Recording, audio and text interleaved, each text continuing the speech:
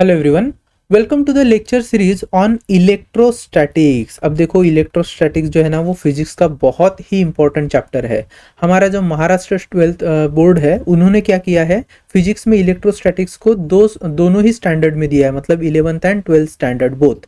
11th में क्या किया है, जो बेसिक पार्ट है, जो इंपॉर्टेंट कॉन्सेप्ट है इलेक्ट्रोस्टैटिक्स से रिलेटेड उन्हें डिस्कस किया है, और 12th पे उन कॉन्सेप्ट के अप्लीकेशन को डिस्कस किया है। तो अगर आपको 12th का सिलेबस समझना है रिगार्डिंग टू इलेक्ट्रोस्टैटिक्स, हमें सबसे पहले 11th के सिलेबस को स्टडी करना पड़ता है, और इसलिए हम इस लेक्चर सीरीज में क्या करेंगे, 11th और 12th दोनों को ही कंबाइनली डिस्कस करेंगे। अब आज का ये जो पर्टिकुलर लेक्चर है उसमें जो हमारा फोकस रहेगा वो बेसिक कॉन्सेप्ट पर रहेगा कि इलेक्ट्रोस्टैटिक्स माने क्या, फिर इलेक्ट्रिक चार्ज क्या होता है, उनकी अलग अलग प्रॉपर्टीज क्या होती है। फिर आने वाले लेक्चर्स में हम कुछ लॉज और इंपॉर्टेंट थ्योरम्स भी डिस्कस करेंगे रिगार्डिंग इलेक्ट्रोस्टैटिक्स। और याद रखिए, ये जो पूरी इलेक्ट्रोस्टैटिक्स की सीरीज चलने वाली है उसमें हम क्या करेंगे, बेसिक हमारा जो फोकस होगा वो एंट्रेंस पर होगा, खास करके एमएसटी सीईटी के क्वेश्चंस। तो आपको ना लेक्चर मिस नहीं करने हैं, क्योंकि लेंदी एक तो चैप्टर है, बहुत सारे कॉन्सेप्ट्स है, बहुत सारे डेरिवेशंस आएंगे, और इसलिए इसका जो वेटेज होगा सीईटी में वो भी अच्छा खासा है। अगर आपको सीईटी या बोर्ड में स्कोर करना है तो इन सारे कॉन्सेप्ट को थरोली पढ़ना पड़ेगा। अब मैं आपको इस बात का विश्वास दिला सकता हूं कि अगर आप सारे लेक्चर्स को सिंसियरली करते हो, इनफ रिवीजन करते हो, तो this particular chapter will be very easy for your preparation. ठीक है, तो इससे डरने की जरूरत नहीं है। हाँ, थोड़े से ज्यादा लेक्चर्स होंगे, but again I am telling you this will be a child's play once you are quite familiar with the concept. तो चलो आज का लेक्चर स्टार्ट करते हैं इलेक्ट्रोस्टैटिक्स से। जो हमारा फोकस रहेगा आज के लेक्चर में वो छोटे छोटे कॉन्सेप्ट पर रहेगा। बेसिक्स कुछ डेफिनेशन देखेंगे, चार्ज के बारे में थोड़ा सा पढ़ने वाले हैं, and we will be studying more importantly the properties of charges. Later on charging method और एमएसटी सीईटी के जो इंपॉर्टेंट क्वेश्चन है जो इस पार्ट से निकल कर आते हैं उन्हें भी हम डिस्कस करेंगे। अब सबसे पहले चल लेते हैं and let's learn what is mean by electrostatic as far as definition is concern. Electrostatics, देखो ये जो वर्ड है इलेक्ट्रोस्टैटिक्स, ये मिलकर दो सब वर्ड से बना है, इलेक्ट्रो एंड स्टैटिक्स। स्टैटिक्स का मीनिंग क्या होता है, स्टैटिक्स मीनिंग्स होता है stationary. Electro means electrical charge. तो when electrical charges are at rest we study their various properties and phenomena and it comes under electrostatics. Even आपको ये भी पता होना चाहिए कि अगर स्पेस में मान लीजिए इलेक्ट्रिकल चार्जेस है तो वो क्या करते हैं, एक दूसरे पर फोर्सेस भी एक्सर्ट करते हैं। अब ये फोर्सेस क्यों एक्सर्ट होते हैं, क्योंकि चार्जेस अपने सराउंडिंग में इलेक्ट्रिक फील्ड्स फॉर्म करते हैं। अगर कोई चार्ज पॉजिटिव नेचर का है तो positive electric field, negative nature का है तो निगेटिव इलेक्ट्रिक फील्ड फॉर्म होगी, और due to interaction of their electric field, flow of electric field lines, इनके कारण ये सारे फोर्सेस एक्सर्ट होते रहते हैं, जो हम इलेक्ट्रोस्टैटिक्स के अंदर स्टडी करेंगे। तीसरा क्या होता है, जैसे मैंने कहा, इलेक्ट्रिक फील्ड भी प्रोड्यूस होगी और इलेक्ट्रिक पोटेंशियल भी डेवलप होगा एट द चार्ज, और जिस पार्टिकल पर भी चार्ज होगा उस पार्टिकल का इलेक्ट्रिक पोटेंशियल। तो we will be studying multiple things.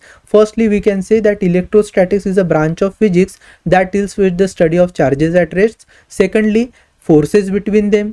Thirdly, electric potential and electric field. तो इतनी सारी चीजों को हम इलेक्ट्रोस्टैटिक्स में पढ़ते हैं। So I can say it is branch of physics that deals with study of electrical charges, study of electrical charges when they are at rest. Then we also study forces among them, ठीक है, या forces between them.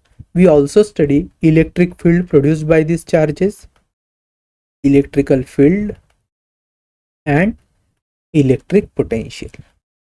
Electric field and electric potential. तो इतनी सारी जो चीजें हैं उन्हें हम स्टडी करते हैं अंडर इलेक्ट्रोस्टैटिक्स। अब सबसे पहला जो सवाल हमारे मन में आना चाहिए वो ये होता है कि what is mean by charge. Basically charge क्या है। हम जब कहते हैं ना भैया कि कोई एक, मेरे पास मान लीजिए मेटल का ऐसा स्फीयर है, इस तरीके से कोई एक मेटल का स्फीयर है और इट इज पॉजिटिवली चार्ज। अब इस पर ये अगर स्फीयर पॉजिटिवली चार्ज है, जब मैं ऐसे बोलता हूँ तो क्या पॉजिटिव चार्ज मतलब कोई ऐसे पार्टिकल्स है क्या पॉजिटिव जो इस स्फीयर पर आते ही है ये पर्टिकुलर स्फीयर पॉजिटिवली चार्ज हो जाएगा? या हम कहते हैं भैया इलेक्ट्रॉन पर निगेटिव चार्ज है। अब इलेक्ट्रॉन तो अपने आप में एक एंटिटी है और उस पर निगेटिव चार्ज आ रहा है, मतलब ये बेसिकली चार्ज क्या है? तो देखो आपको इतना समझ लेना है, चार्जेस जो होते हैं ना ये कोई पार्टिकल्स वगैरह नहीं होते हैं, ये मटेरियल की खुद की अपनी प्रॉपर्टी होती है। ये ऐसा इंट्रिंसिक नेचर है मटेरियल का जिसके कारण अगर किसी मटेरियल पर चार्जेस है मतलब वो मटेरियल या तो पॉजिटिव या फिर नेगेटिव चार्ज को होल्ड करता है खुद के पास, जिसके कारण अगर किसी एक्सटर्नल इलेक्ट्रिक या मैग्नेटिक फील्ड में वो मटेरियल आता है तो इस मटेरियल को फोर्स एक्सपीरियंस करना पड़ता है ना, वो इफेक्ट एक्सपीरियंस करता है इलेक्ट्रिक एंड मैग्नेटिक फील्ड का। तो जैसे आप देखो कोई भी चीज अगर आपके सामने है तो उसको ना कैसे कलर होता है, शेप होता है, लेंथ होती है, ये सारी क्या है उसकी इंट्रिंसिक प्रॉपर्टी है ना, उसको मास है। उसी तरीके से जैसे कलर को आप उस ऑब्जेक्ट से सेपरेट नहीं मान सकते हो, वैसे ही किसी भी ऑब्जेक्ट को उनके चार्ज से आप सेपरेट नहीं मानोगे। तो चार्ज भी उस मटेरियल की एक प्रॉपर्टी ही होती है, इतना पहले आपको याद रखना पड़ेगा। So just for the reference purpose I am writing here that charges और charge is an intrinsic property of a material. Intrinsic property of a material due to which material experiences effects due to electric and magnetic field, electrical and magnetic fields। देखो मैं इसको समझाता हूं, जैसे for example ये मेरे पास कोई एक वॉल है, ऐसा मान लो this is a wall, this is my ground. अब इस वॉल पर थोड़ी देर के लिए इमेजिन कर लेते हैं, ऐसी वॉल इमेजिन करो, let's say this is a wall, और इस वॉल पर मान लेते हैं millions and billions of positive charges है, ठीक है, बहुत सारे ऐसे पॉजिटिव चार्जेस है। ये प्लेटफॉर्म हो गया डाउन वाला। अब इसके पास मैं एक स्पीयर लेकर आ रहा हूं, ऐसा मेटल का कोई हो सकता है स्पीयर है, और फिलहाल मान लो कि ये जो मेटल का स्पीयर है इस पर चार्ज नहीं है। हालांकि चार्ज होता क्या है, आता कैसे है वो मटेरियल पे अभी देखेंगे, बस हमें इतना समझना है जो डेफिनेशन है ना इंट्रिंसिक प्रॉपर्टी ऑफ मटेरियल, उसके कारण हमने बोला था कि it experiences effects of electric and magnetic field, वो बात हम समझ रहे हैं। तो अगर मान लो ये मेटल का स्पीयर है and initially it does not have any charge, इस पर कोई चार्ज नहीं है, तो जब इस पर्टिकुलर वॉल के पास इस स्पीयर को मैं लाऊंगा, this sphere will not experience any effect due to these charges which are there on the wall, right? Now, अब पहली केस इमेजिन कर लो, इस स्पीयर पर मैं certain number of positive charges रखता हूं, तो this sphere has become positively charged, and as soon as sphere becomes positively charged, now it get repelled by the charges which are there at the surface of the wall। तो ये wall के surface पर जो positive charges थे उनसे अब ये sphere interact करेगा, and due to which it will be experiencing a repulsive force, क्योंकि बेसिक नेचर है अगर लाइक चार्जेस है मतलब सेम नेचर के चार्जेस होते हैं तो दे रिपेल ईच अदर, उन पर जो फोर्स लग रहा होता है वो रिपल्सिव फोर्स लग रहा होता है। अगर मैंने इसी स्पीयर पर निगेटिव चार्जेस अगर रखे होते तो this sphere would have been attracted towards the wall. अब ये जो स्पीयर है ये इन पर्टिकुलर चार्जेस के कारण जो इफेक्ट है वो कब एक्सपीरियंस कर पा रहा है, जब इस स्पीयर के पास अपने चार्जेस है, ठीक है।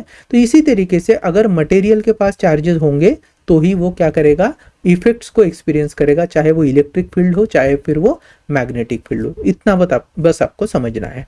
अब देखो सबसे पहली बात, ये जो चार्जेस है उनके बारे में ग्रीक लोगों ने पता किया था इन 600 BC। तो उन्होंने बताया था कि there are 2 types of charges, positive charges and negative charges, ठीक है। अब पॉजिटिव चार्जेस जैसे होता है मान लीजिए प्रोटॉन, तो प्रोटॉन पे हम कहते हैं पॉजिटिव चार्ज है, इलेक्ट्रॉन जो है उस पर निगेटिव चार्ज है। और आपको पता है न्यूट्रॉन, न्यूट्रॉन कैसा होता है, इलेक्ट्रिकली न्यूट्रल होता है, इट इज इलेक्ट्रिकली न्यूट्रल।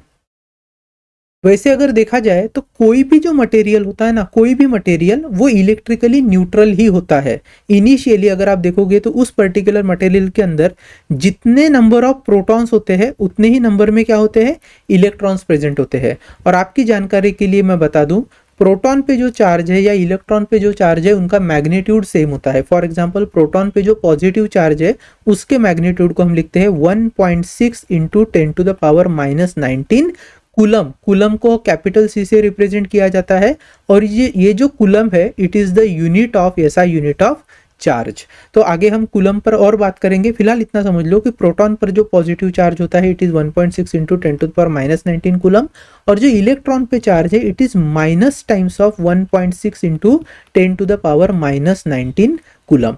अब ये प्लस माइनस क्या है, जैसे प्रोटॉन के केस में प्लस 1.6 दिख रहा है, इलेक्ट्रॉन के केस में ये माइनस है, तो प्लस और माइनस उनके जस्ट नेचर को बताते हैं।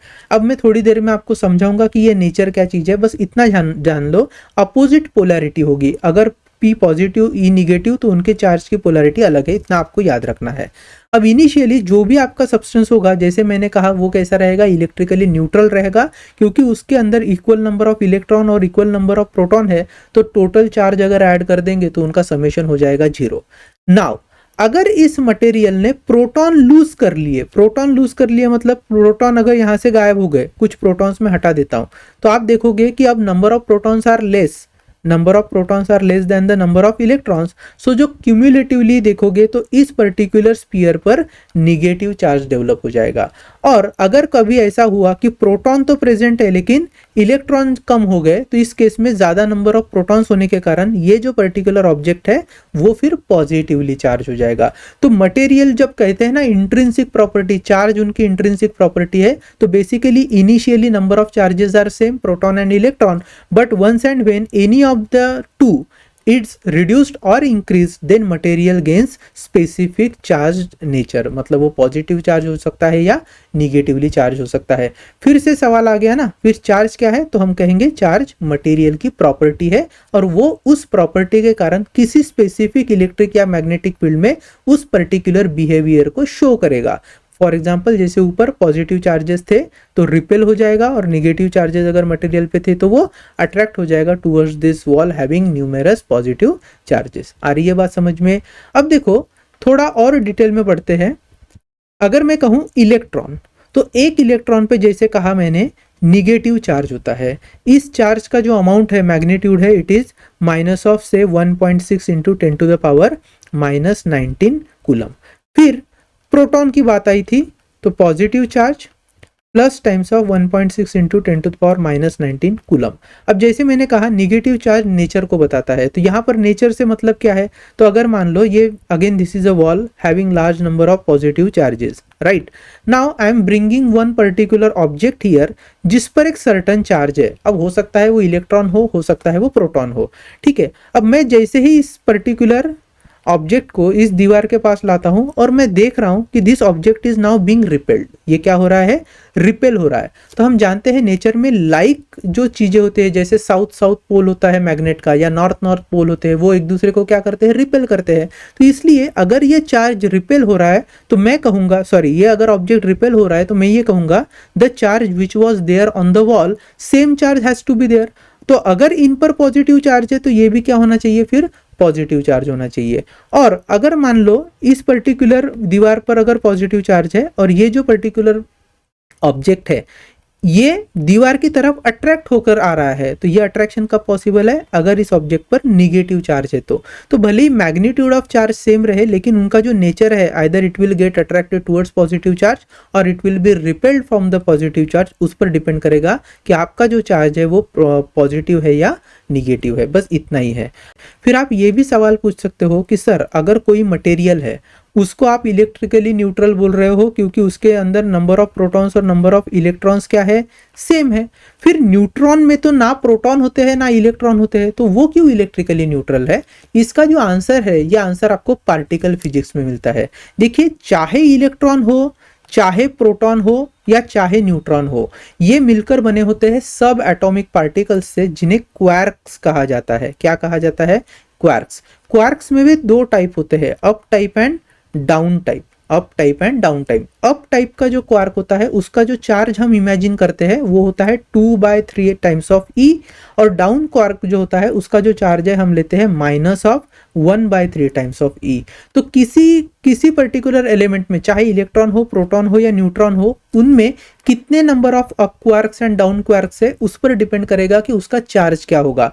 अगर डाउन क्वार्क्स ज्यादा होने लगे तो ऑब्वियसली निगेटिव चार्ज आएगा, तो हम कहेंगे इलेक्ट्रॉन में डाउन क्वार्क्स की संख्या ज्यादा है। प्रोटॉन में अप क्वार्क की संख्या ज्यादा होती है तो यहाँ पर आपको पॉजिटिव चार्ज देखने को मिलता है। रही बात न्यूट्रॉन की, तो यहाँ पर अप क्वार्क और डाउन क्वार्क बैलेंस हो जाते हैं उनके charges, and therefore neutron does not hold any charge. लेकिन ये पार्टिकल फिजिक्स है। नॉर्मली अगर कोई मेरे पास सब्सटेंस है तो इसे थोड़ी मैं पार्टिकल फिजिक्स के फॉर्म में हर बार एक्सप्लेन करते जाऊंगा। इसलिए हम क्या बोलते हैं कि भैया किसी भी पर्टिकुलर ऑब्जेक्ट पे नंबर ऑफ प्रोटॉन और नंबर ऑफ इलेक्ट्रॉन अगर सेम है तो वो क्या हो जाता है, इलेक्ट्रिकली न्यूट्रल हो जाता है। इतनी सारी जो चीजें हैं, बेसिक बातें हैं, उसे हमें याद रखना है। ठीक, चलो अब इलेक्ट्रॉन और प्रोटॉन के चार्ज की बात कर ही ली थी, हमने देखा है न्यूट्रॉन जो है वो कैसा है, न्यूट्रल है। तो थोड़ा सा यहाँ पे मास को भी डिस्कस कर लेते हैं। आपको एक चीज हमेशा याद रखना है, इलेक्ट्रॉन का जो मास होगा, mass of electron, it is taken as 9.11 into 10⁻31 kg। जो मास ऑफ प्रोटॉन होता है इट इज 1.67 इंटू 10⁻27 kg, और जो मास ऑफ न्यूट्रॉन होता है it is actually 1.675 into 10⁻27 kg। अगर आप इन तीनों चीजों को ऑब्जर्व करोगे तो आप डायरेक्टली देख पाते हो कि mass of proton and mass of neutron जो है it is very large as compare to mass of electron. तो इलेक्ट्रॉन का बहुत ही ज्यादा टाइनी मास होता है। उसमें भी अगर आप प्रोटॉन और न्यूट्रॉन को देखोगे तो out of this two they both have equal masses, मतलब nearly equal masses, but getting into the micro details you can see हमारा जो न्यूट्रॉन है it is slightly heavier. So mass of neutron is larger as compared to mass of proton, and mass of proton is greater than mass of electron. ठीक है, तो ये भी relation हमें पता होना चाहिए। अब थोड़ा सा आगे बढ़ते हैं। चलो अब हम बात करेंगे चार्जेस की और उनके जो बेसिक प्रॉपर्टीज है थोड़ा सा उसकी। सो let's understand more information about charge.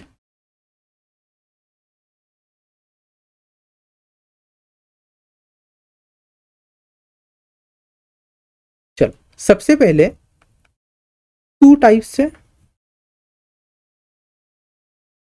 एक है पॉजिटिव चार्ज और दूसरा हम कहते हैं नेगेटिव चार्ज। सबसे पहले किन्होंने बताया था हमें, ये ग्रीक लोगों ने 600 BC में बताया था। दूसरी चीज आपको पता होनी चाहिए, अगर दो चार्जेस लाइक नेचर के हैं, सो लाइक चार्जेस।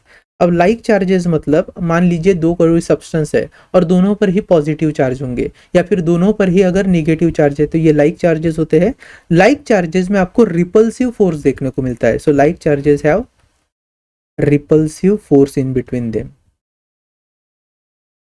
और जो अनलाइक चार्जेस होते हैं, अनलाइक मतलब एक चार्ज पॉजिटिव एक चार्ज निगेटिव, तो उनके बीच में अट्रैक्टिव फोर्स होता है, अट्रैक्टिव। ठीक, थर्ड चीज आप याद रखो, इनिशियली जो मटेरियल होता है, इनिशियली जो आपका मटेरियल है वो इलेक्ट्रिकली न्यूट्रल होता है, इज इलेक्ट्रिकली न्यूट्रल। अच्छा, क्यों इलेक्ट्रिकली न्यूट्रल होता है? क्योंकि अगर बैलेंस्ड है वो पर्टिकुलर मटेरियल, स्टेबल है, तो नंबर ऑफ प्रोटॉन्स जो होंगे that will be exactly equal to number of electrons. ठीक है, लेकिन अब इसमें फिर दो केसेस बनती है। इफ प्रोटॉन्स आर लॉस्ट, अगर प्रोटॉन्स लॉस्ट हो गए तो ज्यादा नंबर ऑफ इलेक्ट्रॉन्स रहेंगे, सो इसलिए जो मटेरियल है वो आपका निगेटिवली चार्ज हो जाता है। So material becomes negatively charge if protons are lost. और अगर इलेक्ट्रॉन्स को उन्होंने लॉस्ट कर दिया या फिर ज्यादा नंबर ऑफ प्रोटॉन्स उस मटेरियल को दे दिए जाएंगे तो आप कह सकते हो कि material will become positively charged. ठीक है, ये तो आपको पता होना चाहिए। अब हम आ रहे हैं सबसे बड़ी और जो काफी ज्यादा यूज में आने वाला इंफॉर्मेशन है उस पर, और वो ये है कि जब आपका कोई इलेक्ट्रिकल चार्ज है, मान लीजिए कोई भी इलेक्ट्रिकल चार्ज है, if that electrical charge is at rest, electrical charge at rest में अगर है तो वो क्या करता है, अपने सराउंडिंग में इलेक्ट्रिक फील्ड को प्रोड्यूस करता है। मान लो जैसे ये कोई एक चार्ज है ना, ये अगर Q नाम का कोई चार्ज है, हो सकता है पॉजिटिव हो या निगेटिव हो, तो ये अपने सराउंडिंग में ऐसे अपने सराउंडिंग में क्या प्रोड्यूस करता है, इलेक्ट्रिक फील्ड प्रोड्यूस करता है। आपको एक चीज समझनी पड़ेगी, अगर हमारा चार्ज पॉजिटिव है तो इलेक्ट्रिक फील्ड भी उसकी पॉजिटिव होती है, अगर चार्ज निगेटिव है तो हम इलेक्ट्रिक फील्ड को भी निगेटिव कहते हैं, ठीक है। और इस इलेक्ट्रिक फील्ड के कारण जो उसकी स्ट्रेंथ आती है ना, वो स्ट्रेंथ को ही आगे चल के हम इलेक्ट्रिक पोटेंशियल के फॉर्म में पढ़ने वाले हैं। एनीवे, इतना समझो, चार्ज स्टेशनरी है या चार्ज रेस्ट में है तो कौन सी फील्ड प्रोड्यूस होगी, इलेक्ट्रिक फील्ड प्रोड्यूस होगी, तो ओनली इलेक्ट्रिक फील्ड, ठीक। अब दूसरी केस देखो, अगर आपका इलेक्ट्रिकल चार्ज एट मोशन है, it is actually in motion but with constant velocity, तो वेलोसिटी कैसी है भैया, कांस्टेंट है, एक्सेलरेशन 0 हो गया। तो ऐसे केस में आप देखोगे कि आपका जो चार्ज है वो इलेक्ट्रिक फील्ड भी प्रोड्यूस करता है और साथ में मैग्नेटिक फील्ड भी प्रोड्यूस करता है। उसमें और एक थर्ड केस है, ये हो गया second case. Now third case देखो, आपका जो इलेक्ट्रिक चार्ज है अगर वो मोशन में भी है लेकिन वेलोसिटी जो है वो वेरिएशन है, तो at motion but with varying velocity, varying velocity, तो अगर वेलोसिटी में वेरिएशन है then you can see that your charge will not only produce electric field, magnetic field, but also it will give you electromagnetic waves. तो यहाँ पर electromagnetic waves भी produce होते हैं, कब, अगर आपका जो चार्ज है वो वेरिंग वेलोसिटी के साथ मूव हो रहा है, ठीक है। तो इतनी बेसिक इंफॉर्मेशन जो है वो हमें समझनी थी। अब देखिए, आपसे कई बार सवाल पूछा जाएगा कि जो चार्ज है उसका यूनिट तो है coulomb, charge is measured in coulomb. आगे ना हम कूलम्स का लॉ भी पढ़ने वाले हैं, तो कूलम में चार्ज मेजर करते हैं। और एक जो इलेक्ट्रॉन होता है, एक इलेक्ट्रॉन पर कितना चार्ज होता है, so one electron holds 1.6 into 10 to the power -19 coulomb charge, ठीक है, ये हमें पता है। अब आपने देखा होगा जब 10th स्टैंडर्ड में हम कोई भी इलेक्ट्रिक सर्किट पढ़ते थे, जैसे इस तरीके से ये सर्किट है, ठीक, this is battery, this is resistor and let's say this is current, ठीक। अब करंट क्या होता है, what is mean by current, current is amount of flow of charge in the given time. So I can say that I is equal to amount of flow of charge, charge को अगर मैं Q से represent करता हूं divided by T, this is my current. What is mean by 1 ampere current, तो भैया 1 ampere current होता है when 1 coulomb charge flown in 1 second, चलेगा। क्वेश्चन इज, इलेक्ट्रिक करंट जो होता है ये हमें पता है, it is actually the flow of electron. Now when I say 1 coulomb charge is flowing, that means 1 coulomb, उसको अगर आप एक कूलम को बकेट जैसा इमेजिन करोगे तो एक कूलम के अंदर there will be a numerous electrons, है ना, बहुत सारे उनके अंदर इलेक्ट्रॉन्स होंगे। तो अब हमें पता करना है कि एक कूलम के अंदर कितने नंबर ऑफ इलेक्ट्रॉन्स होते हैं, और इसे कैसे पता करेंगे, तो याद रखना, number of electrons in 1 coulomb कैसे पता करेंगे, तो यहां पे देखो हमने लिखा था 1 electron how much charge, 1.6 into 10 to the power -19 coulomb charge, तो इसको मैं लिख रहा हूं इंटू 1 कूलम, ठीक है। इसको हमने ऐसे लिखा कि 1 electron is equal to that much amount of charge in terms of coulomb. अब एक काम कर लेते हैं, 1 कूलम में कितने इलेक्ट्रॉन है इसको पता करने के लिए क्रॉस मल्टीप्लीकेशन कर लेते हैं। So 1 upon 1.6 into 10 to the power -19 number of electron will be your charge, will there be present in 1 coulomb। 1 coulomb charge में इतने नंबर ऑफ इलेक्ट्रॉन हो गए। जब आप इसको सॉल्व करोगे तो your answer would be 6.25 into 10 to the power 18 number of electrons in 1 coulomb, ठीक है। तो व्हेन आई से ना 1 एम्पियर करंट, तो actually 6.25 into 10 to the power 18 number of electron will pass through a particular point in 1 second and that would be my 1 ampere current, ठीक, चलो अब थोड़ा सा आगे बढ़ते हैं। इससे रिलेटेड ना जो क्वेश्चन है वो भी हमें पढ़ने वाले हैं। देखो यहाँ पे एक पूछा है ampere second is a unit of. अब एम्पियर सेकंड किसका यूनिट होगा? हम जानते हैं एम्पियर इज फॉर करंट और सेकंड किसके लिए होता है? टाइम के लिए। अब हमें पता है कि जो करंट होता है it is actually the amount of charge phloem per unit time. Now ampere अगर ए है, Q divided by T, T अगर टाइम सेकंड में है, सो भैया ampere into second is the unit of charge. किसका यूनिट है वो? चार्ज का। तो ऑप्शन बी जो है वो करेक्ट ऑप्शन रहेगा। ठीक है, चलो अब आगे बढ़ते हैं। Now we have to see some of the important properties of charges. Important properties, जो थोड़ी सी इंफॉर्मेशन थी हमारे काम की वो हमने पहले देख ली, अब प्रॉपर्टी देखते हैं। तो यहाँ पे ना हमें 4 प्रॉपर्टीज देखनी है। One is additivity of charges. Additivity of charges. अब एडिटिविटी ऑफ चार्जेस मतलब क्या? देखो जैसे ये अगर कोई सरफेस है मेरे पास और इस सरफेस पर मैं just for example 4 charges imagine करता हूँ। कुछ चार्जेस पॉजिटिव होंगे, कुछ चार्जेस नेगेटिव होंगे और उनका हो सकता है अपना अलग अलग मैग्नीट्यूड हो। तो हम यहाँ पर Q1, Q2, Q3, Q4 ऐसे चार्जेस इमेजिन करेंगे। इलेक्ट्रोस्टैटिक्स में जो चार्ज है उसको रिप्रेजेंट करने के लिए Q वर्ड यूज मोस्टली किया जाता है। Q represents charge. अगर Q पॉजिटिव है तो पॉजिटिव चार्ज, Q निगेटिव रहा तो निगेटिव चार्ज। एनीवे, सो हम यहाँ पर 4 चार्जेस इमेजिन कर लेते हैं, Q1, Q2, Q3 and Q4। Additivity of charge मतलब जो नेट चार्ज होता है एट एनी ऑब्जेक्ट और at any surface that will be equal to arithmetic sum of all the charges. अब हमने यहाँ पर जो 4 चार्जेस लिए हैं उनमें क्या कर लेते हैं, Q1 positive, Q2 positive, Q3 positive imagine कर लेते हैं और Q4 को हम निगेटिव इमेजिन कर रहे हैं। तो जब मैं कहूँगा टोटल चार्ज और नेट चार्ज प्रेजेंट, अगर मैं उसे कैपिटल Q से रिप्रेजेंट करता हूँ तो that will be equal to summation of Q1 plus Q2 plus Q3 और Q4 जो है वो निगेटिव होने के कारण माइनस ऑफ Q4 लिखेंगे। ठीक है, इतना आ रहा है समझ में? अब देखो Q would be equal to, अगर ले लो Q1 1 कूलम का है, Q2 2 कूलम का है, Q3 जो है वो 4 कूलम का है और Q4 जो है वो मान लेते हैं 3 कूलम का है। अब नाउ अगर हम समेशन कर ले तो क्या मिलेगा मुझे? 1 coulomb plus 2 coulomb plus 4 coulomb minus 3 coulomb. So 4 plus 2 is 6, 6 plus 1 is 7, 7 minus 3 is what? 4 coulomb. तो टोटल जो एडिशन हो गया चार्ज का वो मिलकर हमें कितना मिला है? 4 कूलम। तो ये सिंपल प्रॉपर्टी है एडिटिविटी ऑफ चार्जेस। अब इसी से को रिलेटेड और एक प्रॉपर्टी होती है चार्ज की जिसको हम लिखते हैं क्वांटाइजेशन ऑफ चार्ज, और इसे बहुत आराम से समझना, अच्छे से समझना। जो सेकंड प्रॉपर्टी है it is called as quantization. Quantization of charge. देखो इसको ना बहुत ध्यान से समझना। क्वांटाइजेशन ऑफ चार्ज क्या होता है? तो अगर मान लीजिए इस तरीके से मैं कोई सरफेस ले रहा हूँ, ठीक है, वहां पर कुछ फिर से हमने ऐसे चार्जेस इमेजिन कर लिए Q1, Q2, Q3, Q4।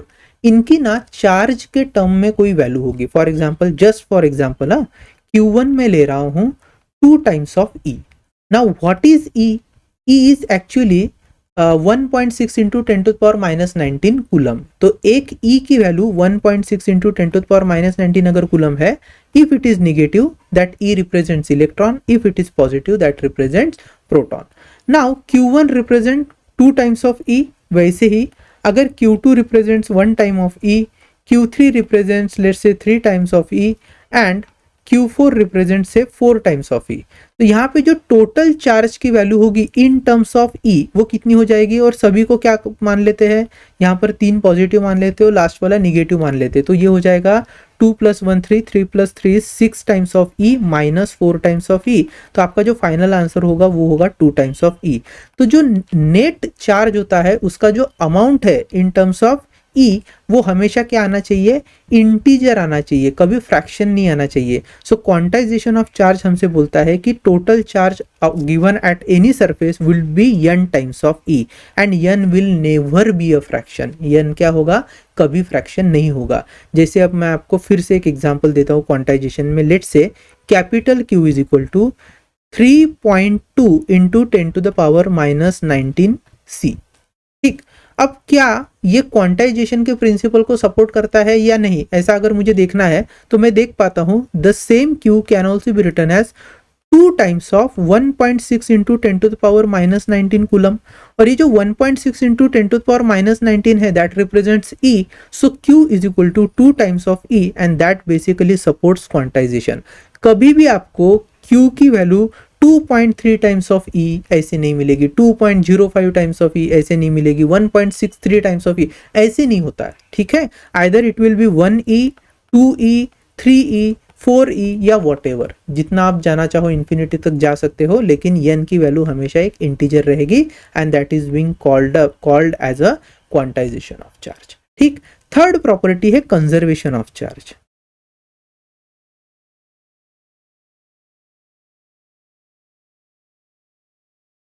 Conservation of charge, अब देखो कंजर्वेशन ऑफ चार्ज को समझने के लिए आपको कंजर्वेशन ऑफ एनर्जी पता है। क्या होता है conservation of energy? Energy can neither be created nor be destroyed. उसी तरीके से चार्ज जो होता है किसी भी आइसोलेटेड सिस्टम में उसे क्रिएट भी नहीं किया जा सकता, उसे डिस्ट्रॉय भी नहीं किया जा सकता। आइसोलेटेड सिस्टम मतलब जो बाहर से इंटरफेरेंस होने वाला है सिस्टम के साथ वो जीरो है। तो सपोज ये स्फीयर है, मान लेते हैं कि इस स्फीयर पर फिलहाल 3 पॉजिटिव चार्जेस है, 2 निगेटिव चार्जेस है। सो 3 प्लस ई एंड 2 माइनस ई, इस तरीके से ये टोटल चार्जेस हो गए। अब आज आप यहाँ पर देख रहे हो तो 3 प्रोटॉन 2 इलेक्ट्रॉन मिल रहे हैं। आप 10,000 साल के बाद भी यहाँ पर आकर देखो, अगर ये स्फीयर को किसी ने डिस्टर्ब नहीं किया है, बाहर से इसका कोई इंटरेक्शन नहीं हुआ है, तो उतने सालों के बाद भी यहाँ पर 3 प्रोटॉन और 2 इलेक्ट्रॉन ही आपको देखने को मिलेंगे। तो इसका मतलब है कि जो चार्ज होते हैं ना तो वो डिस्ट्रॉय होते हैं ना ही उनको क्रिएट किया जाता है। सिस्टम में उनका जो प्रोपोर्शन है हमेशा कांस्टेंट रहेगा। हाँ, आप किसी आइसोलेटेड सिस्टम में ये जो हमारे चार्जेस होते हैं इन्हें क्या कर सकते हो, ट्रांसफर जरूर करवा सकते हो। मतलब यहाँ पर मान लीजिए एक दूसरी बॉडी है, तो हो सकता है ये पॉजिटिव चार्ज निकलकर इस दूसरी बॉडी पर चले जाए, लेकिन टोटल जो काउंट रहेगा that would always be 3 positive charges and 2 negative charges. ठीक, नेक्स्ट है हमारा invariance of charge. So fourth property is invariance. अब इनवेरिएंस ऑफ चार्ज मतलब क्या होता है? तो देखो, अगर ये कोई ऑब्जेक्ट है, ठीक, इस पर थोड़ी देर के लिए इमेजिन कर लो 3 पॉजिटिव चार्जेस है। Now let's say this object comes into motion, और मोशन में आने के बाद उसकी एक सर्टेन वेलोसिटी हो गई। Even though this object is in motion, even though this object is in motion, still जो मैग्नीट्यूड होगा चार्ज का for that 3 positive charges will always remain constant. अब ऐसा नहीं होगा कि पॉजिटिव चार्ज कुछ देर के बाद जाके निगेटिव चार्ज बन गया है ना, या फिर उनका जो नेचर है या उनका जो प्रोफाइल है वो चेंज हो गया है, ऐसे नहीं होता है। अगर आप जानते हो कि कोई अगर सब्सटेंस के पास मान लीजिए मास है, अगर वो सब्सटेंस किसी सर्टेन वेलोसिटी के साथ मूव हो रहा है तो मास में चेंजेस देखने को मिलता है, उसके डायमेंशंस चेंज होते हैं, लेंथ चेंज हो सकती है, शेप चेंज हो सकता है। तो ये सारी जो प्रॉपर्टीज है वो वेरिएंस शो करती है। लेकिन चार्जेस के केस में जो चार्ज का मैग्नीट्यूड है वो सेम रहता है even though object is in motion, और उसकी इस प्रॉपर्टी को हम कहते हैं इनवेरिएंस। इसे क्या कहते हैं? इनवेरिएंस। अब अगर आगे थोड़ा सा बात करेंगे तो हमें समझना है कोई भी पार्टिकल, जैसे ये कोई एक स्फीयर है, तो जैसे मैंने कहा कि इनिशियली इस पर number of protons will be exactly equal to number of electrons and that's why it will be electrically neutral. Now in order to make that particular object charged with some charges, for example मैं चाहता हूं कि इन पर certain number of positive charges develop हो या कुछ number of electric charges develop हो अलग से, तो हमें क्या करना पड़ता है, ये जो अनचार्ज मटेरियल था इसको चार्ज करना पड़ता है। अब ये चार्जिंग कैसे करते हैं so that uncharge material will become charge, इसके लिए कुछ मेथड्स होती है। So let's understand charging first. Now charging is the process by which we provide charges to an uncharge material और uncharge material will become charge. तो method जो है charging के, उनकी कुछ बेसिक मेथड्स हम देखेंगे, जिसमें पहला है फ्रिक्शन मेथड। कौन सी मेथड है? Friction method. अब फ्रिक्शन में क्या करते हैं, मान लो जैसे एग्जांपल के तौर पर silk cloth and glass rod को हम यूज करेंगे। तो अब देखो, मान लो ये है हमारा भैया सिल्क क्लॉथ, तो इनिशियली जो सिल्क क्लॉथ है इस पर number of protons number of electron same है, तो ये इलेक्ट्रिकली न्यूट्रल है। फिर मैं क्या कर रहा हूं, एक ऐसा ग्लास का रॉड लेकर आता हूं, वो भी क्या है, इनिशियली न्यूट्रल ही है, उस पर भी कोई अनबैलेंस चार्जेस नहीं है। अब ये जो पर्टिकुलर रॉड है, इस रॉड को अगर मैं इस पर्टिकुलर सिल्क क्लॉथ पर ऐसा रब करूँ तो आप देखोगे कि ये जो सिल्क क्लॉथ है उनके जो चार्जेस है वो डिस्टर्ब हो जाएंगे। तो जो पहले पॉजिटिव निगेटिव चार्ज एक दूसरे के साथ क्लोजली एसोसिएटेड थे, now they will get separated. और जब वो सेपरेट हो जाएंगे तो आप देखोगे ये जो ग्लास रॉड है it has got a high affinity towards positive charges. तो यहाँ इस पर्टिकुलर क्लॉथ के जो पॉजिटिव चार्जेस है वो क्लॉथ से निकलकर किस पर डेवलप हो जाएंगे, यहाँ इस पर्टिकुलर रॉड पर डेवलप हो जाएंगे। और जो निगेटिव चार्जेस है वो कहाँ रह जाएंगे, सिल्क क्लॉथ पे रह जाएंगे। तो इस कारण जो हमारा ग्लास रॉड है वो हो गया पॉजिटिवली चार्ज, और जो सिल्क क्लॉथ है it will become negatively charge. ठीक है, तो ये कौन सी मेथड है, this is our friction method. इसके अलावा दूसरी एक मेथड होती है जिसे हम कहते हैं कंडक्शन मेथड। कंडक्शन मेथड, अब देखो कंडक्शन मेथड क्या चक्कर है। तो अगर मान लीजिए मेरे पास कोई एक ऐसा स्फीयर है, ठीक है, और ये अनचार्ज स्फीयर है, इस पर कोई चार्जेस नहीं है। अब मुझे इन पर चार्जेस प्रोड्यूस करवाने हैं, तो मैं क्या करता हूँ, दूसरा कोई एक ऐसा स्फीयर या फिर कोई भी एक ऑब्जेक्ट लेकर आ रहा हूँ, ठीक है, and this particular object let's say it has large amount of positive charges, बहुत सारे इस पर क्या है, ऐसे पॉजिटिव चार्जेस है। अब आप देखो ये जो पहला अनचार्ज मटेरियल है इसमें क्या प्रॉब्लम है, ये क्यों स्टेबल है या फिर इसमें क्यों चार्जेस नहीं होते, क्योंकि इसके अंदर जितने नंबर ऑफ इलेक्ट्रॉन्स होंगे उतने ही नंबर ऑफ में क्या होंगे, प्रोटॉन्स होंगे, है ना। तो अब फिलहाल तो ये जितने भी इलेक्ट्रॉन्स और प्रोटॉन्स है वो एक दूसरे के साथ बंधे हुए हैं, अच्छे बैलेंस्ड है।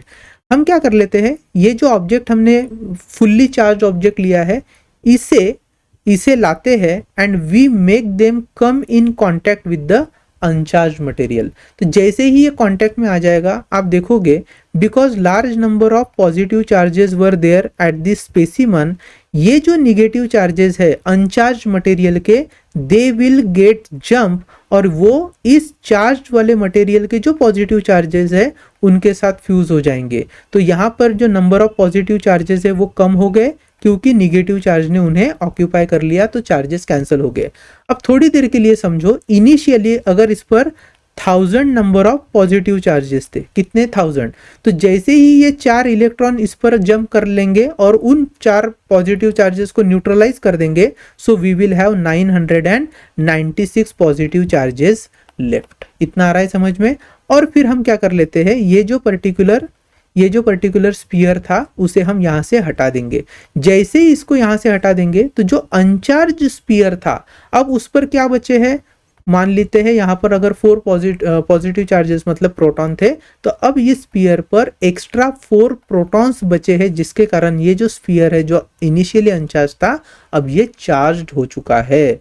यहाँ पर नोटिस करने वाली चीज ये होती है कि आपको जो चार्जेस प्रोवाइड करने हैं किसी भी सब्सटेंस पर, उसी चार्जेस वाला एक जो सब्सटेंस है वो आपको इन कांटेक्ट लाना है अनचार्ज सब्सटेंस से। तो पॉजिटिव चार्जेस प्रोड्यूस करने थे, इसलिए मैंने पॉजिटिव चार्ज वाला सब्सटेंस लाया था और उसको फिजिकली कांटेक्ट में रखा। Then there is a third method called as induction method of charging. अब भैया इंडक्शन मतलब क्या होता है, इंडक्शन मतलब एक मटेरियल से दूसरे मटेरियल तक प्रॉपर्टी जो है वो ट्रांसफर होती है, but there is no physical contact required. अब यहाँ पर ये कैसे किया जाता है, तो again I am taking the same example. Suppose this is a sphere which does not have any excess charge, मतलब ये इलेक्ट्रिकली न्यूट्रल है, इसके अंदर let's say 3 number of electrons है एंड लेट्स से 3 नंबर ऑफ प्रोटॉन्स है, ठीक है। सो इनिशियली ये जो इलेक्ट्रॉन्स एंड प्रोटॉन्स है they are balancing out each other and that's why my whole material is electrically neutral.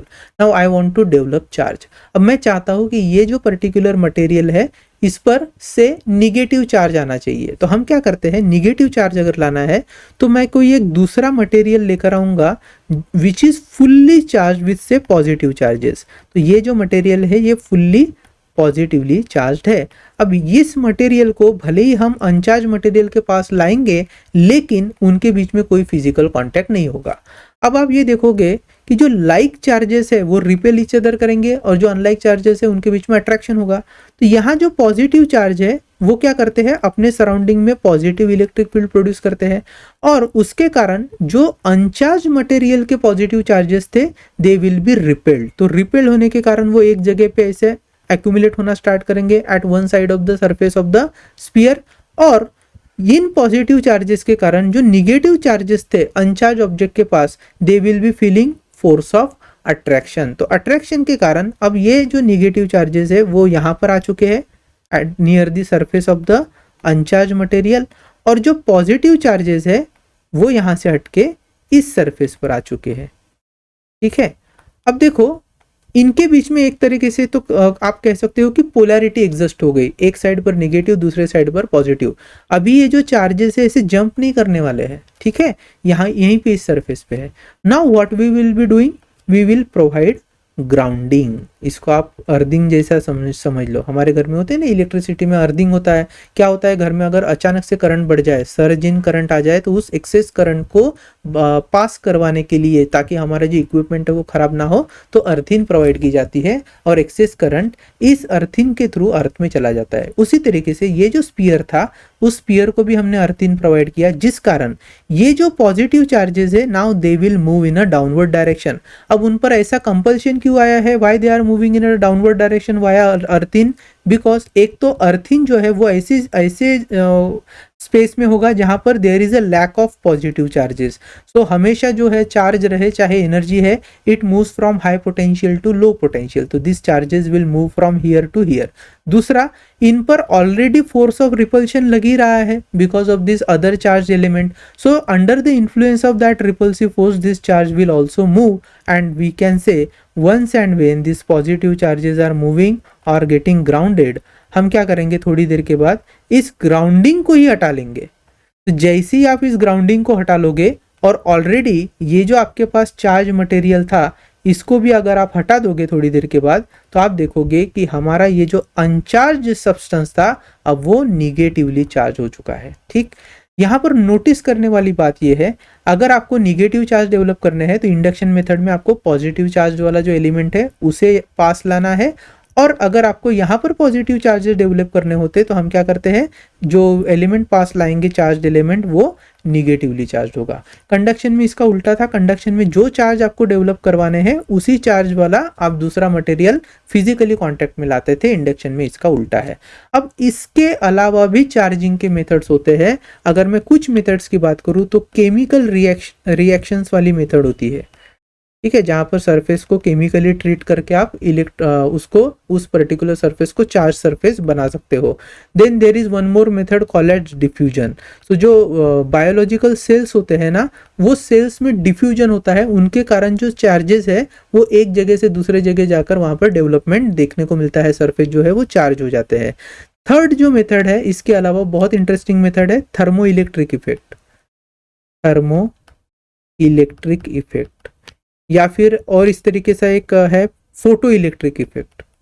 Photo electric effect, फिर और एक मेथड है piezo electric effect. Piezo electric effect. अब इतनी सारी जो चीजें हैं उन्हें हम एक्सप्लेन नहीं करते बैठेंगे, हमारे लिए जो इम्पोर्टेंट था वो हमने ऑलरेडी यहाँ पर डिस्कस कर लिया है। अगर जस्ट इन अ नटशेल देखने को मैं मतलब बताने के लिए आपको बोलूँ तो समझ लीजिए, अगर मैं फोटो इलेक्ट्रिक इफेक्ट की बात कर रहा हूँ तो फोटो इलेक्ट्रिक इफेक्ट में क्या होता है, अगर suppose this is a metal surface, तो सरफेस के पास जो इलेक्ट्रॉन्स होते हैं जो अपने अपने रिस्पेक्टिव एटम्स के ऑर्बिट में घूम रहे हैं, अब ये क्या कर लेते हैं, लाइट को एब्जॉर्ब कर लेते हैं। तो जैसे हमने लास्ट चैप्टर देखा था वेव ऑप्टिक्स, इसमें क्या कहा था मैंने कि light has a dual nature, तो light acts as a wave as well as particle. If we are considering light as a particle जिन्हें आगे फोटोन कहा जाता है, तो ये फोटोन जैसे ही इंसिडेंट होते हैं सरफेस पे, तो फोटोन अपनी सारी की सारी एनर्जी किसे दे देते हैं, इलेक्ट्रॉन को दे देते हैं। When electron gets excited they emit out of this surface, वो अपने ऑर्बिट को छोड़ देते हैं और इस सरफेस से ही बाहर की दिशा में इमिट होकर ऐसे ट्रैवल करने लगते हैं विथ सम काइनेटिक एनर्जी। अब देखो, अगर इलेक्ट्रॉन कम हो गए सरफेस के तो ऑब्वियसली यहाँ पर कौन ज्यादा है, अब पॉजिटिव चार्जेस ज्यादा है, तो ये जो सरफेस है, सरफेस बिकम्स पॉजिटिवली चार्ज्ड। कैसे हुआ ये? फोटो इलेक्ट्रिक इफेक्ट के साथ। वैसे ही थर्मो इलेक्ट्रिक इफेक्ट में भी होता है। अगर आप थर्मल रेडिएशन किसी मेटल के सरफेस को देते हो तो जो एनर्जी होती है that energy gets transferred to the electrons and electron का इमिशन होने लगता है from the surface and from there again surface becomes positively charge. तो आप चाहो तो थर्मो इलेक्ट्रिक, फोटो इलेक्ट्रिक या पीजो इलेक्ट्रिक इफेक्ट के थ्रू भी मटेरियल को चार्ज करवा सकते हो। पीजो इलेक्ट्रिक में क्या होता है, अगर मैं शॉर्ट में बताने की कोशिश करूँ तो अगर कोई मटेरियल है, इसको अगर आप अल्टरनेटिवली मतलब कंटिन्यूसली ऐसे कॉम्प्रेशन और एक्सपांशन फेज में लेकर आओगे तो there also you can see the formation of charges at the surface. ठीक है, तो इतनी सारी मेथड्स है। अब हम क्या कर लेते हैं, जितना भी अभी तक हमने पढ़ा है उससे रिलेटेड एक दो सिंपल से एमएसटी सीईटी के क्वेश्चन है, उन्हें देख लेते हैं। सबसे पहला जो क्वेश्चन है इंटरेस्टिंग है, यहाँ पर हमें पढ़ने के लिए भी बहुत कुछ है। क्या कहा है, there are two metallic spheres of same radii but one is solid and other is hollow. तो यहाँ पर देखो मैं ऐसे दो मेटेलिक स्फीयर ले रहा हूँ, ठीक है, दिस इज वन स्फीयर और वैसा ही ये दूसरा भी है। पहला मान लेते हैं हॉलो है and let's say second is completely solid, both are having same radius. तो इनका जो सरफेस एरिया है वो सेम है। अब ये कह रहे हैं क्या होगा अगर ऐसे दो स्फीयर को लिया जाए, hollow sphere can be given more charge. तो हमें क्या दिखता है, ये जो हॉलो स्फीयर है इसके अंदर स्पेस है, ठीक है, तो स्पेस के अंदर क्या चार्ज को भरा जा सकता है। तो आपको एक चीज याद रखनी है, कोई भी अगर सरफेस मेटल होता है या कोई भी अगर आपका सरफेस है तो वहां पर हमेशा चार्जेस रिसाइड्स एट सरफेस। तो जितना सरफेस एरिया होगा उतने सरफेस पर ही चार्ज रिसाइड करेंगे, अंदर की दिशा में चार्ज प्रेजेंट नहीं होते हैं, हॉलो स्पेस में चार्ज नहीं दिखने को मिलेंगे आपको। ठीक है, सो मेटल के सरफेस पर चार्ज जितना होगा उतना होगा। अब अगर यहाँ पे सॉलिड सरफेस भी देख रहे हो आप, तो because the radius of both the spheres are same, we can say same amount of charge will also be present at the solid sphere as well. ठीक, फिर जो थर्ड स्फीयर एक इमेजिन कर लो जिसकी रेडियस भी पहले की दोनों जितनी है, लेकिन ये एक डाई इलेक्ट्रिक मटेरियल से बना है। डाई इलेक्ट्रिक मटेरियल मतलब इंसुलेटिंग मटेरियल, जैसे प्लास्टिक होते हैं ना, रबर वगैरह, वैसे। तो उनसे अगर ये पर्टिकुलर मटेरियल बना है तो यहाँ पे एक खासियत होती है, ऐसे मटेरियल में, डाई इलेक्ट्रिक मटेरियल में जो चार्जेस होते हैं ना, they can reside throughout the volume of the substance. मतलब ऐसे नहीं कि मेटल के स्फीयर के केस में सिर्फ सरफेस पर ही चार्ज को रोक कर रखा जा सकता है या स्टोर किया जा सकता है। यहाँ पर इस पर्टिकुलर डाइलेक्ट्रिक केस में charges can also be accumulated inside the sphere as well throughout the volume. But the problem is, आपको ऐसा लग सकता है कि अगर ये डाइलेक्ट्रिक मटेरियल तो फिर तो अच्छा ही है, स्फीयर के सरफेस पर भी चार्ज रहेंगे और अंदर भी चार्ज रहेंगे तो ज़्यादा चार्ज रहेंगे। नहीं, ऐसे नहीं होता है। आप डाइलेक्ट्रिक अगर स्फीयर ले रहे हो या सरफेस ले रहे हो या कोई ऐसा मटेरियल ले रहे हो तो उसके कंपैरिजन में जो मेटेलिक ऑब्जेक्ट्स होते हैं सेम साइज के, उन पर ज़्यादा चार्जेस होते हैं। ऐसा इसलिए होता है क्योंकि ये जो डाइलेक्ट्रिक मटेरियल से बना स्फीयर है ना, जैसे इसके अंदर आप चार्ज रखते हो तो चार्ज अपनी इलेक्ट्रिक फील्ड प्रोड्यूस करती है। और अगर आप मान लीजिए लाइक चार्जेस ही रख रहे हो तो ऑटोमेटिकली यहाँ पर रिपल्सिव इलेक्ट्रिक फील्ड फॉर्म होती है। इसलिए एक हद तक ही इन पर चार्ज स्टोर किया जा सकता है, ज़्यादा से ज़्यादा equal to metallic sphere of same radius इतना कर सकते हो या फिर उससे थोड़ा सा कम ही रहेगा। अब जो भी हमारा क्वेश्चन था उसमें हमें एक ही चीज याद रखना है, उन्होंने बोला था मेटालिक स्फीयर, दो ही स्फीयर थे और हमें अब पता चला है कि स्फीयर के केस में या मेटल के केस में जो भी चार्जेस होते हैं they resides only at the surface as both the spheres of same surface area, therefore they can be charge equally. तो ऑप्शन क्या है, hollow sphere can be given more charge, no. Solid sphere can be charge double, नहीं, ऐसा भी नहीं होता है। Solid sphere can be given more charge, ऐसा कुछ नहीं है। हमें इतना बताना है कि they can be charge equally, तो दोनों को ही आप मैक्सिमम लेवल तक चार्ज कर सकते हो। चलो अब आगे बढ़ते हैं। Now the next question is, when a piece of polythene is rubbed with a wool, a negative charge of 4 into 10 to the power minus 7 coulomb is developed on a polythene. ठीक, the number of electrons transferred from wool to polythene is, तो ये इस तरीके से polythene ले लेते हैं। ठीक है, इसको हमने किस, ये पॉलीथीन है, पॉलीथीन, इसको हमने किससे रब किया है, वूल से। तो यहाँ पर कहीं वूल है और इनके बीच में फ्रिक्शन करवाया है। बाद में उन्होंने बोला है a negative charge of 4 into 10 to the power minus 7 is developed on the polythene. तो इस पर जो चार्ज डेवलप हुए हैं that is 4 into 10 to the power minus 7 coulomb charge develop हुए हैं और कैसे है वो निगेटिव चार्ज है, तो ये अगर निगेटिव है तो इसका मतलब वूल पर उतने ही पॉजिटिव चार्जेस रहे होंगे। फिर आगे the number of electrons transferred from the wool to polythene. अब निगेटिव चार्ज किसके कारण आता है, इलेक्ट्रॉन के ट्रांसफर के कारण आता है। तो यहाँ पर उन्होंने पूछे है कि कितने नंबर ऑफ इलेक्ट्रॉन इस पर ट्रांसफर हुए हैं ताकि जो total amount of negative charge है वो 4 इंटू 10⁻⁷ हो। देखो बहुत सिंपल है, हम जानते हैं भैया जब 1 कूलम का चार्ज होता है तो उसके अंदर 6.25 इंटू 10⁻18 नंबर ऑफ इलेक्ट्रॉन होते हैं। और यहां पर दिया हुआ चार्ज कितना है भैया, it is given as 4 into 10⁻⁷ coulomb. ठीक है, तो कितने नंबर ऑफ इलेक्ट्रॉन्स होंगे, चलो क्रॉस मल्टीप्लाई कर लो। So I can simply write that 6.25 into 10⁻18 multiplied by 4 into 10⁻⁷ divided by 1, है ना, क्रॉस मल्टीप्लिकेशन के बाद। सो हमारे जो टोटल नंबर ऑफ इलेक्ट्रॉन्स होंगे दैट वुड बी 4 इंटू 6.25 अगर कहेंगे तो 6 इंटू 4 इज हाउ मच 24, और 0.25 into 4 that would B 1, so that would B 25। सो ये आ जाएगा 25 इंटू 10⁻18 में से 7 चले गए so that would B 11। So 25 into 10⁻11 number of electrons, 11 number of electrons, that would be my final answer. ठीक, तो कौन सा ऑप्शन है, 2.5 इंटू 10⁻⁻, नहीं 2.5, yes this can be the correct option. क्यों, क्योंकि अगर मैं डेसिमल शिफ्ट कर लूँ so this same can be written as 2.5 into 10⁻12 electrons. This is the correct option, option D is the right answer. चलो आगे बढ़ते हैं। फिर क्या दिया है, if a conductor is given 10⁻10 number of electrons in every second. तो एक कंडक्टर है ऐसा, let's say this is a conductor, ठीक है, इस पर हम क्या देने जा रहे हैं, ऐसे इलेक्ट्रॉन्स दे रहे हैं इसको। So electrons are being transferred from outside to say at this conductor. Now कैसे दे रहे हैं, 10⁻10 इलेक्ट्रॉन इन एवरी सेकंड। तो 1 सेकंड में 10⁻10 नंबर ऑफ इलेक्ट्रॉन्स ऐसे दे रहे हैं।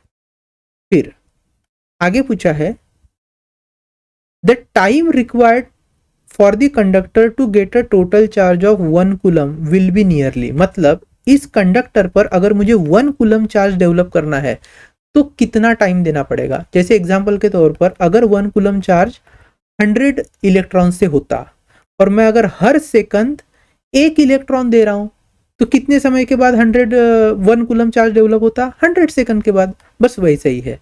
सो 1 सेकंड में 10⁻10 इलेक्ट्रॉन्स, तो 1 कूलम में कितने इलेक्ट्रॉन होते हैं। So 1 coulomb gives you 6.25 into 10⁻18 electrons. तो हमें क्या करना है, we require a time to transfer 6.25 into 10⁻18 electrons.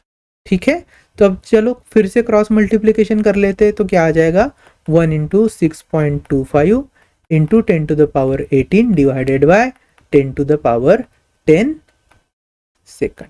ठीक है, चलो अब ये पूरा जो टाइम मिलने वाला है ये सेकंड में मिलने वाला है। सो आई गेट 6.25 इंटू 10⁻10 ऊपर चले जाएगा, -10 हो जाएगा, and our answer would be 10⁻8 second.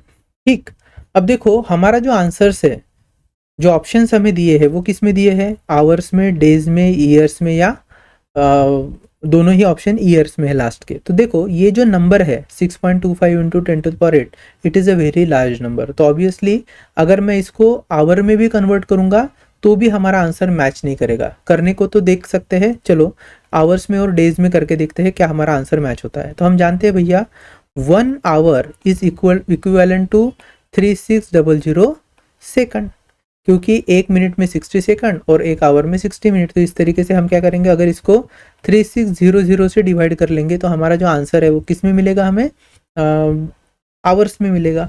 तो चलो करके देखते हैं। तो we have 6.25 into 10⁸ divided by 3600। तो इसको मैं लिख रहा हूँ 36 इंटू 10⁻2, ये 10⁻2 ऊपर चले जाएगा, दैट वुड बिकम -2। तो ये आ जाएगा 6.25 इंटू 10⁻6 डिवाइडेड बाय 36, तो एक काम कर लेते हैं, 625 को मैं 36 से डिवाइड करता हूँ, this would be 10 to the power 4। तो 625 को अगर मैं 36 से डिवाइड करूँ तो सीधी सी बात है भैया, बड़ा नंबर है, तो अगर 36 को देखो, 36 into 10 is 360, 360 that would B 720। तो अगर मान लीजिए इसको मैं 19 से डिवाइड करूँ तो 9 into 6 is 54, we have 5, 27 into 5 32, this is 0 6 3 4 8 6, 684 आ रहा है, तो 19 से भी नहीं करना पड़ेगा, 18 से करके देखते हैं। तो 18 से क्या हो जाएगा फिर, तो ये आ गया 10, है ना, 54 एंड 10 64, तो इससे भी बात नहीं बन रही है, 17 से करना पड़ेगा। तो अगर मैं 17 से मल्टीप्लाई करूँ तो कितना आ जाएगा, 17 into 6 102, this is 2, we have 10, 51 51 61, so 1612, yes, 36 into this is 17, 612, this is 13, again 0.0, so 36 into अगर 4 से किया जाए तो दिस इज 4, दैट वॉज 2, 140, तो 3 से मल्टीप्लाई करना पड़ेगा। तो बाकी सारी चीज़ें हम छोड़ देते हैं, सिर्फ 17.3 लेते हैं। So this is 17.3 into 10 to the power 4 hours, ठीक है। अब देखिए सीधी सी बात है, हमारे ऑप्शन में 2 आवर्स दिया है, तो ये तो मैच नहीं कर रहा। अगर डेज की बात देखें तो कितना डेज दिया है, 2 डेज। देखो हम जानते हैं 2 डेज के अंदर कितने आवर्स आते हैं, तो 48 आवर्स आते हैं, है ना। नाउ ये जो संख्या है 17.3 10 टू द पावर 4, ये 48 आवर्स से कहीं ज़्यादा है, तो जो सेकंड ऑप्शन है वो भी क्या हो गया, गलत हो गया। अब बचते हैं सेकंड और मतलब third option, that is 2 years, and last option 20 years पर। अगर आप इस पे जाओगे तो देखो आपको क्या देखने को मिलेगा, यहाँ पर इस आवर्स को हम सबसे पहले ईयर्स में कन्वर्ट करेंगे। अब हमें पता है, देखो ध्यान से समझो, 1 आवर ये होता है 60 मिनट का, ठीक है। 1 डे ये होता है 24 आवर का। तो हमारे पास ऑलरेडी आवर है, पहले हम आवर को किस में कन्वर्ट करेंगे, डे में। तो अगर मैं इसको 24 से डिवाइड कर दूं तो मुझे डे में आंसर मिलेगा, this answer will be in terms of day. Now I have to go up to years.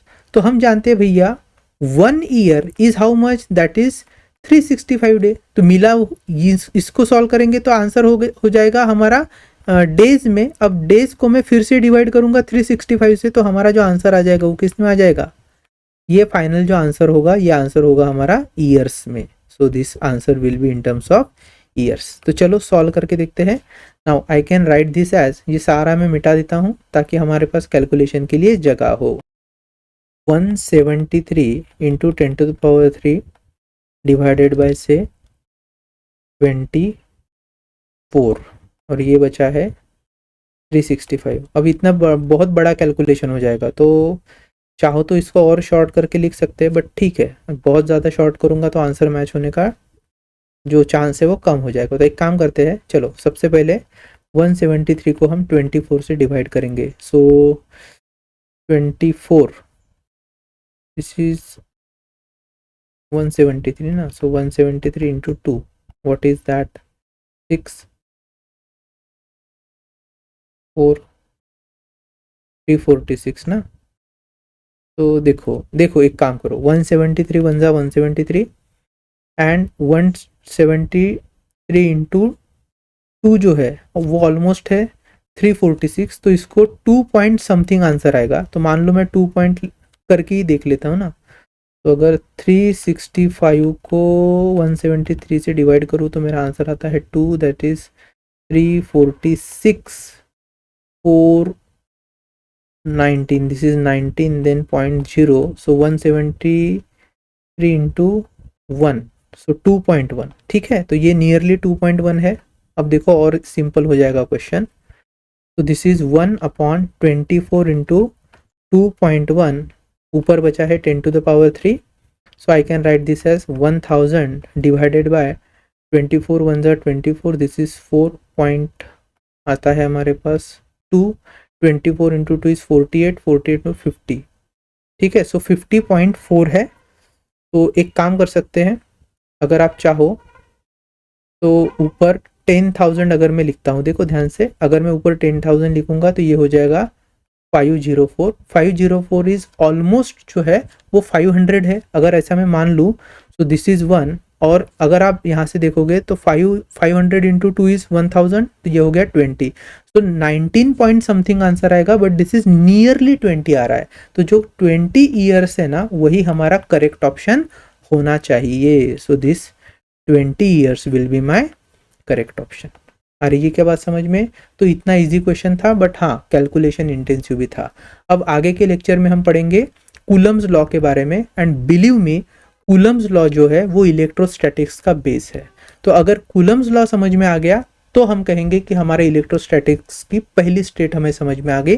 और इसके बाद से सीईटी के एक्चुअल जो क्वेश्चन है, बहुत सारे क्वेश्चन इस कूलम लॉ पर बेस्ड होते हैं। कूलम लॉ से आगे हम पढ़ेंगे सुपरपोजिशन ऑफ चार्जेस, उसमें भी इसी का यूज है। और आगे फिर आप इलेक्ट्रिक फील्ड, इलेक्ट्रिक पोटेंशियल वगैरह जो भी चीजें पढ़ोगे, वहां पर भी कूलम लॉ से रिलेटेड जो हमारे इंपॉर्टेंट डेरिवेशन है उसी का यूज होगा, ठीक है। तो इसलिए अब मिलते हैं हमारे नेक्स्ट वीडियो में।